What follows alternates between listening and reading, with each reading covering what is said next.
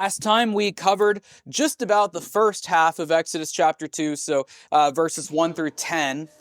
And these verses cover Moses' background and then also the story of his birth.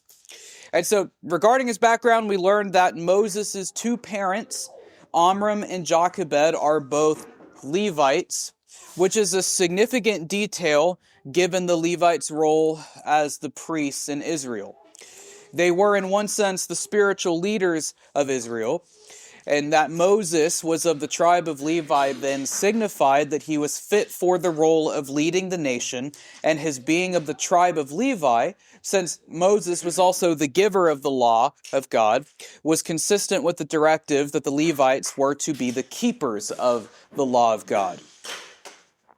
And then regarding Amram's and Jochebed's actions in hiding Moses after his birth, we discussed that Moses' brother Aaron was 3 years older than him.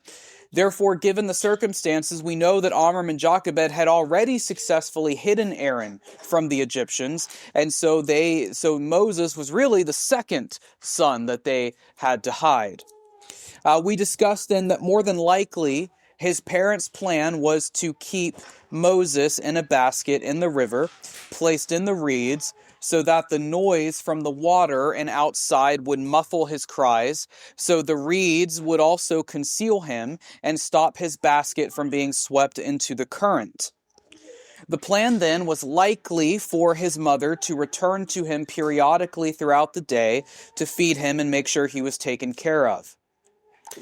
And then last, we discussed the miraculous providence of God, and that not only was Moses' life spared by Pharaoh's daughter, but that she adopted him, and for a time returned him to his mother to nurse him and take care of him, and paid his mother to take care of him. Now with that, we've now discussed the birth of Moses, and so we're ready to talk about the early life of Moses.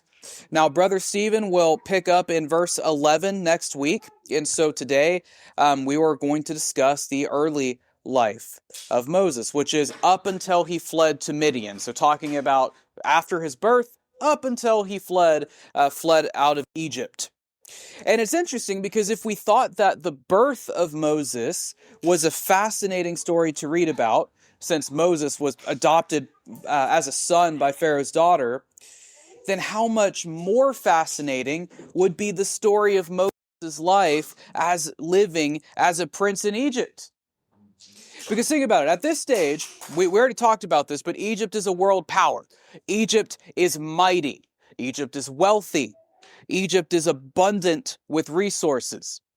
If you wanted power, if you wanted comfort, if you wanted safety, if you wanted education, if you wanted good food, good drink, if you wanted to see the best of what the world has to offer, you probably could not do much better than to be one of Pharaoh's children or grandchildren during this period in history. And that, by God's grace, is what Moses was.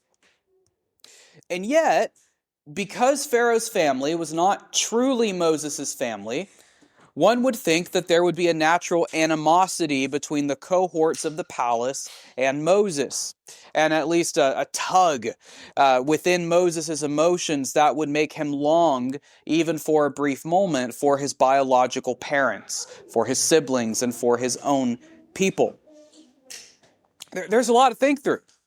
I mean, this is a setup for a really good movie. I mean, you got a lot of interesting components that are coming together here. Because you have a Jew during the Israelite oppression in Egypt growing up in Pharaoh's palace as his grandson. I mean, that is a significant historical detail. So what must that have been like? I mean, think of all that Moses would have done and seen and learned, and all the stories that Moses could tell us about his time as a prince. All right, well, let's go ahead. Let's dive into this and learn about his early life. All right, well, we got to stop. So, we have a small problem.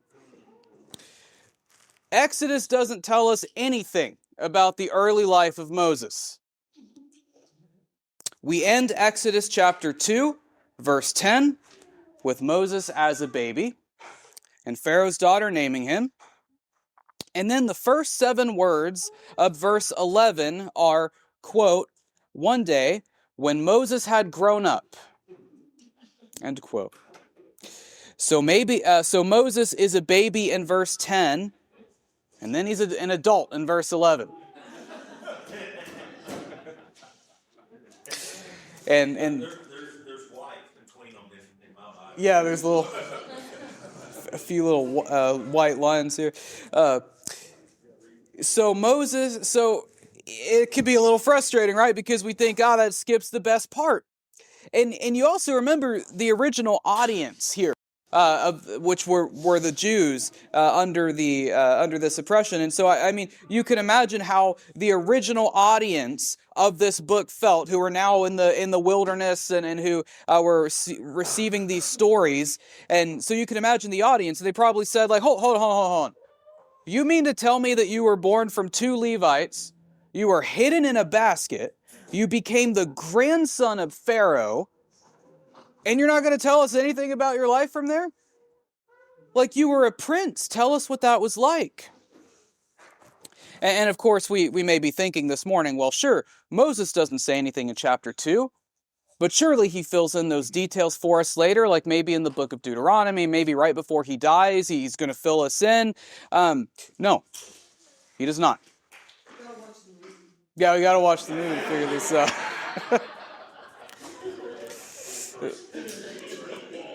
Yeah. But, and you can see how this would pose a problem for someone like me who's been tasked with teaching on the early life of Moses. But fortunately, Scripture does give us a small hint about what Moses' life prior to his adulthood was like. Does it much later in the book of Acts and then in the book of Hebrews. So 2 passages. And those 2 passages are what we'll get into this morning. But before we get into those 2, I want to first talk about the elephant in the room, which is the question, why? Why doesn't Moses say anything about his life as a prince? Why does he skip to what to us is probably a really interesting and significant part of his life? Why does he skip over that entirely? Why does he just not say anything about it? Well, got a ladybug. Just everywhere. I think this answer is found for us in Numbers chapter 12, verse 3. The passage here says, quote, "Now the man Moses was very meek, more than all people who were on the face of the earth." End quote. So according to God's word, Moses was the most humble person on earth at that time. And I mean, think about how humble a person has to be called by God himself the most humble person on earth. That type of humility is what is ascribed to Moses. And you could probably even imagine Moses pushing back a little about even writing that down, because again, he was so humble. If he was that humble, he probably didn't want to put that in there at all. But that's what God said, so therefore that's what we have. But we know that because of this, Moses was humble to the nth degree. And so as such, I think the reason that Moses does not mention his life as a prince is probably threefold. Number one, Moses did not want to draw attention to himself. Even though our study is called The Life of Moses, we do need to understand that Moses, in his writing of the 5 books of the Pentateuch, was not trying to make himself the main character. This is evident also by the fact that he does not begin the book of Exodus with himself, but rather begins the book of Exodus by reminding his readers of the descendants of Jacob and of God's promise to Abraham. Because think about it, Exodus 1, Moses isn't mentioned. So you have how Genesis ends with Joseph's descendants in Egypt and everything else, and the promises of God. We could have began, Moses could have began Exodus with just saying, and then Moses was born. Moses came on the scene. The great and mighty Moses who was going to lead Israel out of Egypt. He could have done anything like that, but he didn't. Instead, he opened the book of Exodus by reminding his readers about the promises of God. Reminding his readers about the faithfulness of God. By reminding his readers and saying, hey, you remember all of those promises that God made to Abraham in Genesis? Well, God fulfilled them right here. He's not talking about himself. He opens Exodus by making sure that God is the protagonist, that God is the main character and the focus of the book. But also, Moses includes the details of Israel's oppression. He does not omit his rather humble beginnings either. A baby that's born in hiding and laid in a basket, entirely at the mercy of the outside world and of Pharaoh's daughter. He then, which I think is really interesting, he deliberately conceals the name of Pharaoh's daughter to create even further ambiguity about his origins. We know he knows her name. She was his adopted mom. So his choice to conceal her name was entirely deliberate. He chose to omit her name because he didn't want to draw further attention to the fact that he was a prince. Because if he said her name, we'd all know who she was, and we'd all know what pharaoh he was under, and we would all know all of the history, and we would all know the ins and outs. I mean, there are so many historians who are begging him to say the name, but he didn't. And that's why. He's trying not to draw attention to that. So again, he doesn't talk about his life as a prince because he's not trying to, he doesn't want the readers to focus on him. Secondly, he omits his princely upbringing because he does not want to detract from God and God's faithfulness as being at the center of the narrative. If he talked about his princely life, then his audience, who would have been the Israelites, who were all too familiar with Egypt, they would have been enraptured by that story, and generations of readers afterwards would also be distracted. Moses instead chose to omit anything that would remove the reader's focus from the faithfulness of God. Now, on this point, when you read Exodus chapter 1 and chapter 2, pay close attention to the fact that apart from God blessing the Hebrew midwives, God is not mentioned. God is not mentioned in Exodus chapter 1 and chapter 2. Maybe some of you caught that while we were going through these, but again, apart from him blessing the midwives, he's not there. He's not mentioned. The oppression is mentioned. The struggles of Israel are mentioned. Sin is mentioned. Of course, Egypt is mentioned. Evil is mentioned. But God isn't. And so in these chapters, this forces the reader to seek for a resolution to the tension that is created. You have a buildup, you have tension and tension and tension, and you're not given a resolution. And so you just have this tension that continues to wind and wind and wind. And so the reader, once you get about to the end of chapter 2, the reader is very naturally seeking for a resolution. And they're asking, where is God? Where is God? How are we connecting Moses' life to all these Israelites who are being oppressed? Where is God in all of this? And narratively, Exodus chapter 1 and chapter 2, they're slow burns. And there's a crescendo that is occurring within them, making the reader yearn for a resolution, making the reader yearn to hear how God is going to intervene. But then finally, when you're kind of at that peak, you finally get to Exodus chapter 3, and what does Exodus 3 immediately open with? The burning bush. The burning bush. So what Moses is doing then is constructing the story in such a way as to direct his readers to the Lord. He's turning them so that they face God's direction. From Exodus 1 and 2, he's taken the reader and he's turning them. He's turning them towards God's direction. He's making them see the tension. He's making them see the evil. He's making them see the sin. He's making them have a desire for that resolution. And by doing that, by showing them the evil, by showing them the wickedness, he's turning his reader to make them face God so that they can look and search for that resolution. And then they finally get it in Exodus chapter 3. Now, had he interrupted that climactic buildup with a story of his life as a prince, then that buildup, and therefore the ultimate climax of God coming to Moses in the burning bush, would have been entirely ruined. So again, Moses does not bring up his life as a prince because he does not want to distract the reader from the faithfulness of God.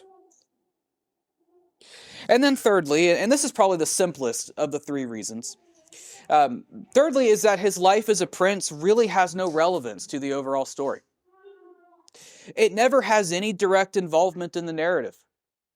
I mean, we don't really have a time when God's like, do you remember that time when you were a prince? Do you remember that time when you were in the courtroom and they did this and they said this? And it never comes up.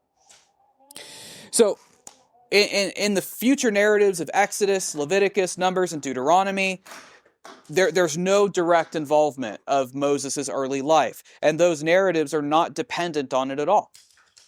So why would Moses include all of the details of a 40-year period of his life that has no relevance to the story he was trying to tell? I mean, again, the main thing we really care about is the Exodus of the fulfillment of God's promise to his covenant. And so to interrupt all of that would not make sense. But I think that answers our why. Those three reasons are why there is a silent period between Exodus chapter 2 verse 10 and Exodus chapter 2 verse 11. But with that covered, remember that I mentioned that while Moses was silent on his early life, the Bible does still offer a small hint of what that life looked like. And we see this in two passages of Scripture. And so we'll read these, and then from there I'll cover what his early life may have looked like. Now, for our first reference, we'll turn to Acts chapter 7, verse 17. Acts chapter 7, verse 17.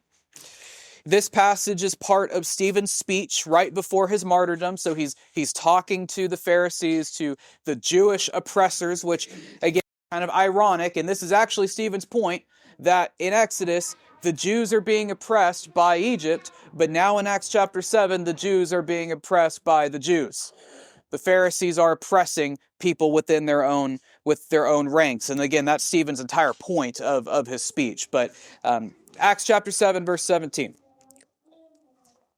Quote, "But as the time of the promise drew near, which God had granted to Abraham, the people increased and multiplied in Egypt until there arose over Egypt another king who did not know Joseph. He dealt shrewdly with our race and forced our fathers to expose their infants so that they would not be kept alive. At this time Moses was born, and he was beautiful in God's sight. And he was brought up for 3 months in his father's house. And when he was exposed, Pharaoh's daughter adopted him and brought him up as her own son. And Moses was instructed in all the wisdom of the Egyptians, and he was mighty in his words and deeds. When he was 40 years old, it came into his heart to visit his brothers, the children of Israel." End quote. We'll end that there. Now, what I want to draw your attention to first is in verse 17, when Stephen emphasizes that the multiplication of Israel was in fulfillment of the Abrahamic covenant. Notice that Stephen starts with that, which is also what Moses started with in Exodus 1. Moses himself emphasized that, and again, we've already talked about that, but again, it's worth pointing out because you're seeing how that thread of the covenant is running through all the books of the Bible and how it keeps tying everything together. But the next point I want to draw your attention to is verse 21 in chapter 7.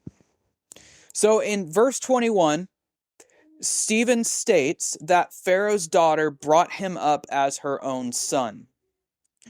This may be what we would naturally assume by reading the Exodus account and the story of Moses' birth in Exodus 2, but Exodus 2 never actually tells us that Pharaoh's daughter brought Moses up fully to adulthood.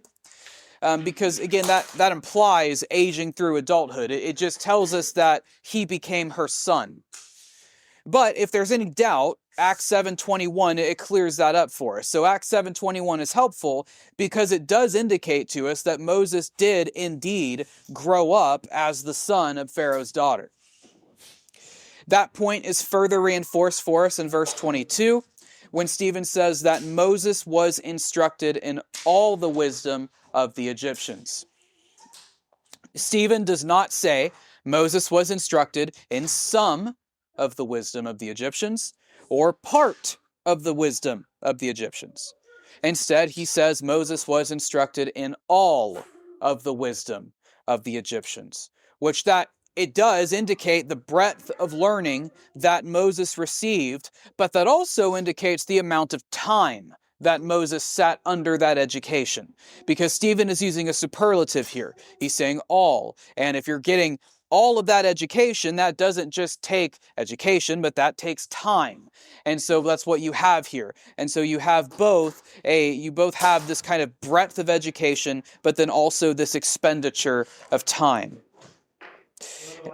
Yes, sir. What is the age limit of the Egyptians for a man to become a man? You know? I don't, but I would assume that it was still on par with the Hebrews at that time, so probably younger than what we would assume. You're right. That was like you start teaching our kids when they're real young, like 6 years old. Yeah. And you keep going up. Yeah, that's what I assume, because also, too, what we're told is that, in the speech here with Stephen, is that Moses was there for 40 years. And so it's a long stretch of time that he's actually there, learning these things and being under the tutelage of the Egyptians. And so with that, though, we know that in verse 23, Stephen says that Moses was 40 years old when he visited his brothers. That's what we see in Exodus chapter 2, verse 11. It skips ahead, and that's when we get the account that Moses visits his brothers, and it says that he was 40 years old at that time. And so we know, when we put all this together, we see that Moses not only was adopted by Pharaoh's daughter, but that he maintained the status as her son, and that he also maintained the privileges of being her son by growing up within the Egyptian palace. And not only did Moses just grow up as Egyptian royalty, but he actually lived as an Egyptian royal for at least 40 years. So we're not talking about a 10-year period of time. We're not talking about an 18-year period of time or a 20-year period of time or 30s. We're saying that Moses actually spent 40 years living as a prince of Egypt. That's a long time.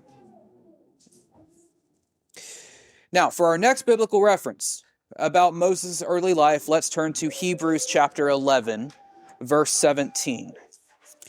Hebrews chapter 11, verse 17.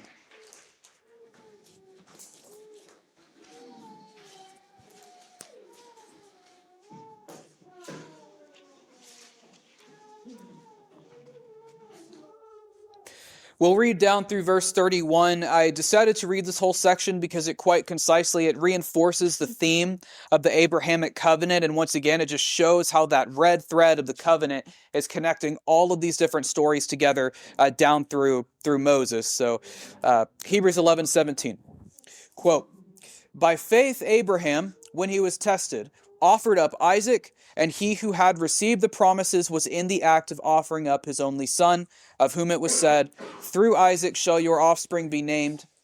He considered that God was able even to raise him from the dead, from which, figuratively speaking, he did receive him back.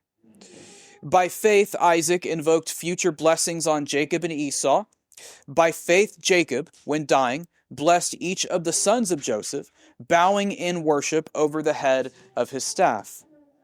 By faith Joseph, at the end of his life, made mention of the exodus of the Israelites and gave directions concerning his bones. By faith Moses, when he was born, was hidden for 3 months by his parents, because they saw that the child was beautiful, and they were not afraid of the king's edict. By faith Moses, when he was grown up, refused to be called the son of Pharaoh's daughter, choosing rather to be mistreated with the people of God than to enjoy the fleeting pleasures of sin. He considered the reproach of Christ greater wealth than the treasures of Egypt, for he was looking to the reward. By faith he left Egypt, not being afraid of the anger of the king, for he endured as seeing him who is invisible. By faith he kept the Passover and sprinkled the blood so that the destroyer of the firstborn might not touch them. By faith the people crossed the Red Sea as on dry land, but the Egyptians, when they attempted to do the same, were drowned. By faith the walls of Jericho fell down after they had been encircled for 7 days. By faith Rahab the prostitute did not perish with those who were disobedient, because she had given a friendly welcome to the spies. End quote. Well, we'll pause there. Now again, note that thread. Note how God is weaving all of these stories together and how they are all connecting from Abraham to Isaac to Joseph to Moses. He's bringing his people back. But for our purposes today, I'll draw your attention first to verse 24 of Hebrews 11, verse 24. This verse tells us that when Moses had grown up, he refused to be called the son of Pharaoh's daughter. Again, it does make me chuckle a little bit when I'm reading these and when I was at home, because this verse, again, it doesn't give Pharaoh's daughter a name. Neither does Acts chapter 7. So just throughout all of Scripture, she's just known as Pharaoh's daughter. We don't know who she is. Neither Moses nor the writer of Hebrews ever name her, nor Stephen. But again, that is by design, given that Moses deliberately did not want to draw attention to his royal heritage. And that is the point of this verse in verse 24.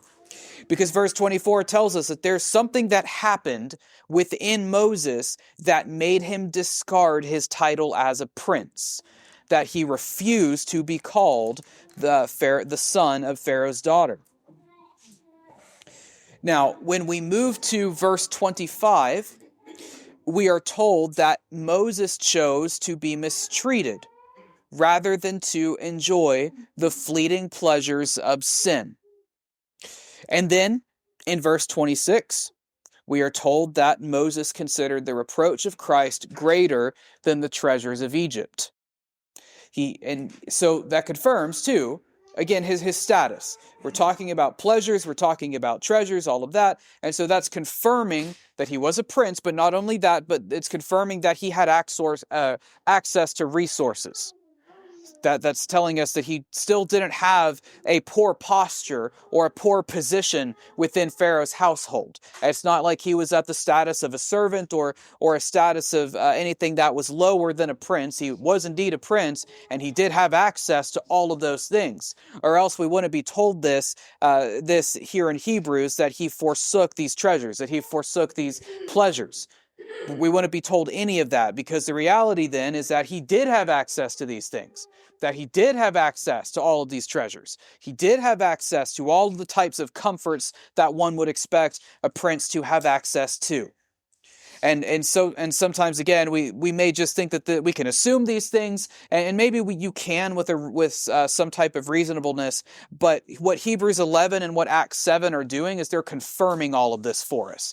They're confirming that yes, Moses actually was a prince. He was a prince for 40 years, and not only that, but he actually had access to all of the things a prince would have access to. He had access to all of the money, all of the wealth, all of the pleasures, all the stuff, everything like that Moses had access to, but he gave him up. Yes, and their religion. Every conceivable thing that you can imagine that Egypt had, Moses had, and in abundance. And so with these covered, let's talk very briefly about what his life may have looked like when we consider these things. I think obviously, and when we're going through this, contrast this too with the Israelites, who are living in poverty, who are living in constant pain, who are living in constant labor, who are living in all of these things. You think about the contrast between Moses' lifestyle and the lifestyle of his people. Because you think about, for example, the comforts of the palace. I mean, Moses, he would have had a soft bed. He would have had a soft pillow, air conditioning. I mean, he probably had people who were fanning him in the palace. Servants to do his every bidding. Moses would have worn the nicest of clothes. He would have been adorned in the finest of jewelry. After all, adopted or not, Moses was the grandson of Pharaoh, and Pharaoh had an image to keep up. He could not allow his family to be dressed poorly or not to be treated as royalty. His family was an extension of himself, and it was good press release and publicity to ensure that his children were well dressed and well taken care of. That way, they gave impression of royalty and dignity to the public eye, and that the rest of the Egyptians may harbor a respect for the throne. We also remember that Pharaoh was viewed as a deity and directly chosen by the gods. This spiritual significance would not be lost on the Egyptians, and therefore it was even more imperative that Pharaoh's family would have the appearance and posture that is befitting of someone who is related to a god. Also consider, too, that Pharaoh's daughter, as a princess, she also would have had all of this wealth, all of these comforts, all of these resources, and those are surely things that she gave to her son. And so Moses, because of who his mom was, he also had access to all of these things. And consequently then, Moses had comfort upon comfort.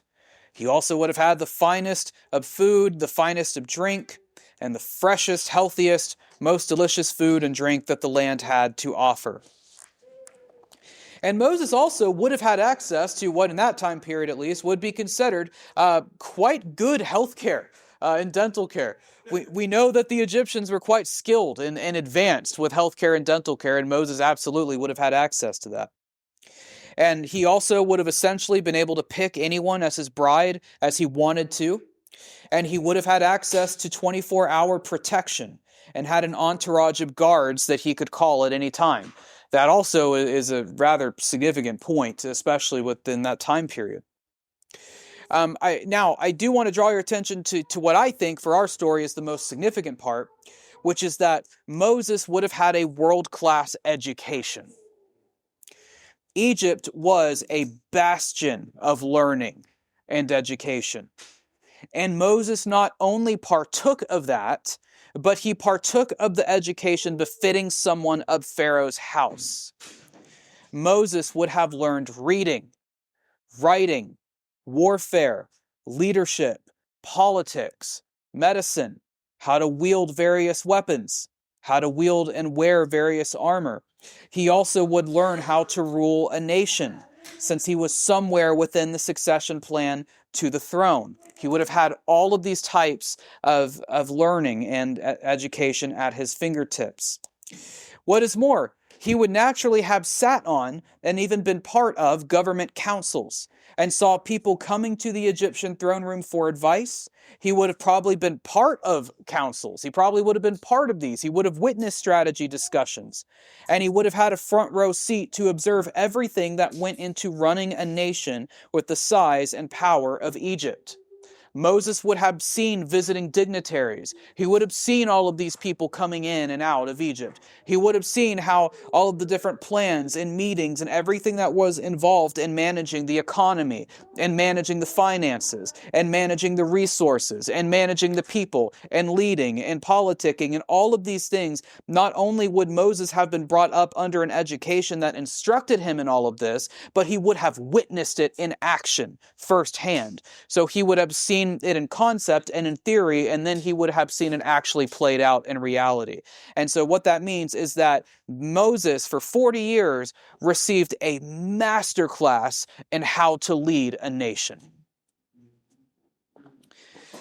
Now, with that, a question, though, is in all of his life as a prince, did he have access to his biological family?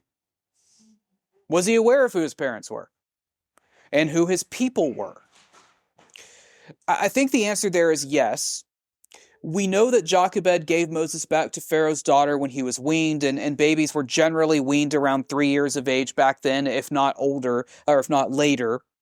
And thus Moses would have had some memory of his mother. Now, consider too, later, in Exodus chapter 4, verse 14, and you can turn there if you want, but I'll read it. But in Exodus chapter 4, 14, consider God's reaction when Moses asked God to choose someone else to deliver the Israelites from Egypt. God says, "Is there not Aaron, your brother, the Levite? I know that he can speak well. And behold, he's coming out to meet you. And when he sees you, he will be glad in his heart. You shall speak to him and put the words in his mouth, and I will be with your mouth and with his mouth, and will teach you both what to do. He shall speak for you to the people, and he shall be your mouth, and you shall be as God to him." End quote. The implication there, of course, is that Moses already knew who Aaron was. He already knew him. Because God asked it rhetorically. It's a rhetorical question. God says, "Is there not? Like, don't you have a brother? Is there not Aaron? You know him, this guy, Aaron. He's a Levite." And then in Exodus chapter 4, verse 27, God tells Aaron, "Go into the wilderness to meet Moses." So Aaron knows Moses. So Moses knows Aaron, and Aaron knows Moses. They already have a familiarity with one another. You don't see this. You don't see this time in these paragraphs when God says, "Oh yeah, by the way, you've got a brother. He's a Levite. He's a Hebrew. He's an Israelite. You haven't met for 30, 40 years, but you have one. He's going to help you." And he doesn't say this to Aaron either. And so when we're told this in Scripture, we're presented with this as if they're already familiar with one another. They know who each other. They know who the other person is. But then also consider Exodus chapter 2, verse 11. And I think this one's really the most telling, well, at least something that we can't ignore for this argument. In 2:11 in Exodus, when Moses' emotions are so stirred by seeing one of the Hebrews getting beaten by an Egyptian, Moses actually kills the Egyptian. Why would Moses be so stirred here if he didn't identify with the Israelites? Why would he care? Because again, he's growing up within the Egyptian ranks. The Egyptians despise the Israelites. We know that. We know that the Egyptians are probably insulting the Israelites his whole life. He hears them. And so that tells us that this entire time of these 40 years, 4 decades that Moses has grown up with this Egyptian identity, he had not become jaded against the Israelites. And that would have been extremely easy to do because again, he's an Egyptian. He's hearing these things. He's getting this kind of education. He's constantly surrounded and bombarded by Egyptian culture and Egyptian mindset. And not only that, but the mindset of the Egyptians at the highest level and the highest rank, which, as we all know, also despise the Israelites. And yet Moses doesn't become jaded by that, apparently. And so I think, and yet in verse 11, Moses is so infuriated by seeing one of his fellow Israelites get hurt and beaten that he kills an Egyptian. And so I think that confirms for us that not only was Moses keenly aware of his origins and true identity, but when we combine that with the other passage that we just read in Exodus 4, that he knew Aaron, I think this tells us that he actually had an insurmountably strong attachment to his Hebrew identity, so much so that it overpowered the attachment that he had to his Egyptian identity. And given this information, I think it's reasonable to suspect that Moses did have correspondence with his Hebrew family while he was growing up. I mean, how often that correspondence was, we could only speculate, but there may have been a relationship formed between Jochebed and Pharaoh's daughter, such that Jochebed and Amram and their other children were allowed to come visit the palace or visit Moses in the palace. I think we can also safely assume that Moses would not have been confined to the palace. I mean, he was a prince. He wasn't a prisoner. He wasn't under lockdown or anything like that. He probably had the ability to go where he wanted to do what he pleased. He's a prince. And so he had the ability to visit his own family in Goshen and still visit the Israelites if he so chose. Given that both Stephen in Acts and then the book of Hebrews tells us that he grew up as a prince of Egypt, and then Exodus 4 tells us he knew his family, and then Exodus chapter 2:11 tells us that Moses killed an Egyptian for beating a Hebrew, I think this proposition makes the most sense, which is, to distill all of this, that Moses grew up as a prince, but he clearly had periodic, if not regular, correspondence with his Hebrew family. That certainly had to be a factor that led him to being so emotionally moved for the Hebrew people that he would kill an Egyptian for beating a Hebrew. Also, consider the fact that Moses in the palace would have heard much slander about the Israelites, and he would have frequently heard the Egyptians insulting them and probably plotting to worsen the lives of the Israelites, his people. And all of that would have caused a massive psychological tension in Moses' mind between these two cultural identities that he possessed. And so you just kind of think that it's basically water boiling on a stove. It's just getting hotter and hotter and hotter. This tension, it just keeps growing and growing and growing until you see this overflow or this boiling point in Exodus chapter 2, verse 11, when Moses can't take it anymore. And that's what we see, and finally in verse 11, that as a grown man, that outflow of that tension, it finally released, and we see what he did to the Egyptian because of that. But with that said, we now know probably about as much regarding Moses' early life as we can. Though some is speculative, for what most of his early life entailed, we can make quite reasonable assumptions, I think. Now, some of you, though, may have caught on to the great irony of the fact that what Moses desired to conceal, we're actually attempting to make known this morning. That irony is not lost on me. But I think it's helpful to think about Moses' early life, not so we can think about Moses merely, of course, but so we can further be reminded of God's incredible acts in his providence and in his sovereignty. Because think about what Moses would go on to do. And I've always been fascinated by this fact and by this question. What would Moses go on to do? He would go on to lead a nation of 2 million people. That's probably a low number as well. But 2 million people. How on earth does someone just lead 2 million people? I mean, the average, I had to look this up because I was actually really curious of where this fell on the leadership scale. But the average staff count of your Fortune 500 company is about 60,000 people. And that's kind of on the high end because that average is skewed, of course, by your larger companies, but about 60,000. But that 60,000 is led by your C-suite, so that's your chiefs, your chief operating officer, chief financial officer, all that fun stuff. And then the C-suite, they're over an army of executive vice presidents. And those executive vice presidents are over an army of senior vice presidents, who are over an army of vice presidents, who are over assistant vice presidents or directors, and who are over managers. And then those managers are over line level staff. And that's not to mention all the various support roles. And that's 60,000. And of course, that kind of goes up and down. But the number 60,000 doesn't hold a candle to 2 million. Not even close. And Moses did not have near the divisions and organizational hierarchies that most of our modern business structures have today, let alone the technology, where you can't just instant message someone on Teams or Slack. But again, how does someone just lead 2 million people? To lead that amount is insane.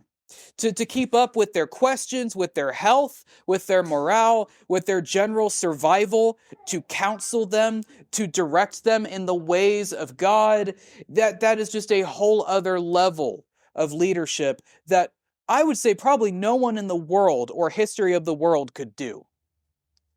Not only that, but it's not like they were in a confined space. It's a whole other thing, right?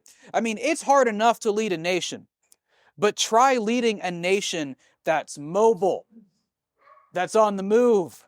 It doesn't have boundaries. It just keeps going from one place to the next.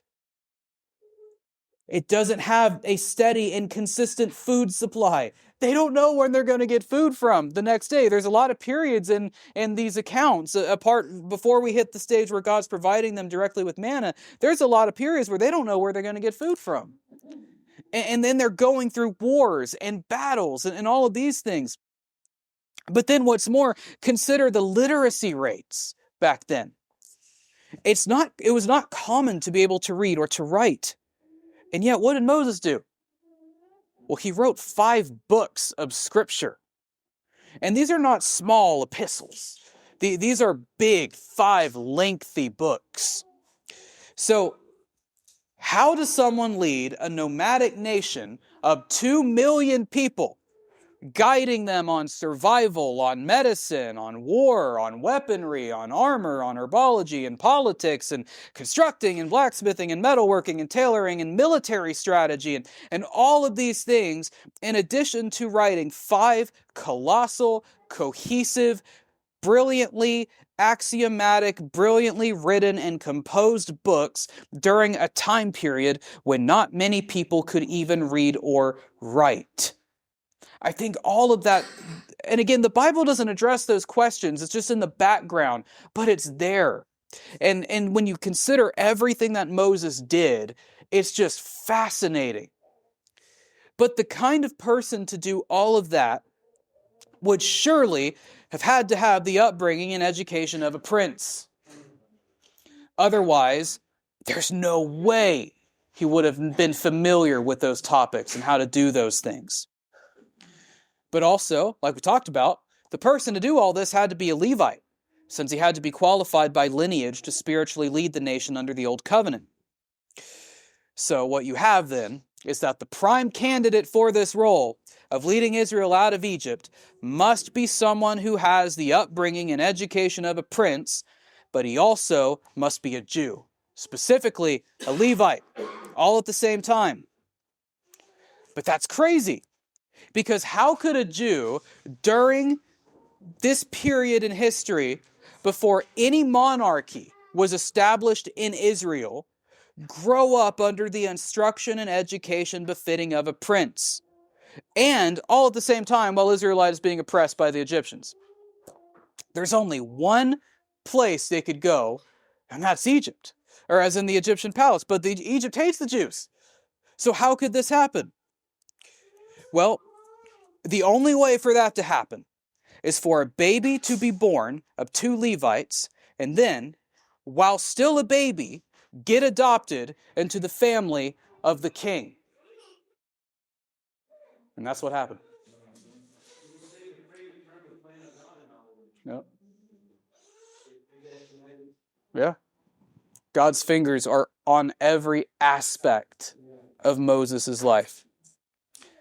That's exactly what happened to Moses. God equipped him with the education and the upbringing and the knowledge needed to lead a nation.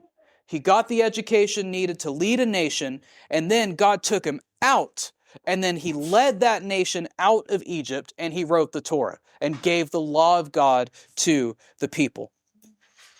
I mean, just marvel at the providence of God in this. And so when you read the story of Moses carefully, you see the absolute majesty of God's handiwork and sovereignty in every single jot and tittle of it. But the same God who orchestrated all of these events in Moses' life to bring about his ultimate end of having Moses lead Israel out of Egypt is the same God who orchestrates our lives. And I'm sure everybody in this room, all of you in this room, you can look back on your life now and knowing what you know now and see how God used all of the various events in your life to get you to where you are this morning, which is 10 a.m. at Faith Baptist Church on this Sunday. Proverbs 16:9 tells us, quote, "The heart of man plans his ways, but the Lord establishes his steps." And Proverbs 16:9. I can't think of any story of Scripture that testifies to that verse better than the story of Moses. The heart of man plans his way, but the Lord establishes his steps. But this will conclude our study on the birth and early life of Moses. And next Sunday, Brother Stephen will take over and he will begin covering part 2 of our study, which is Moses' fleeing out of Egypt and fleeing to Midian. But I'll go ahead and close this in prayer.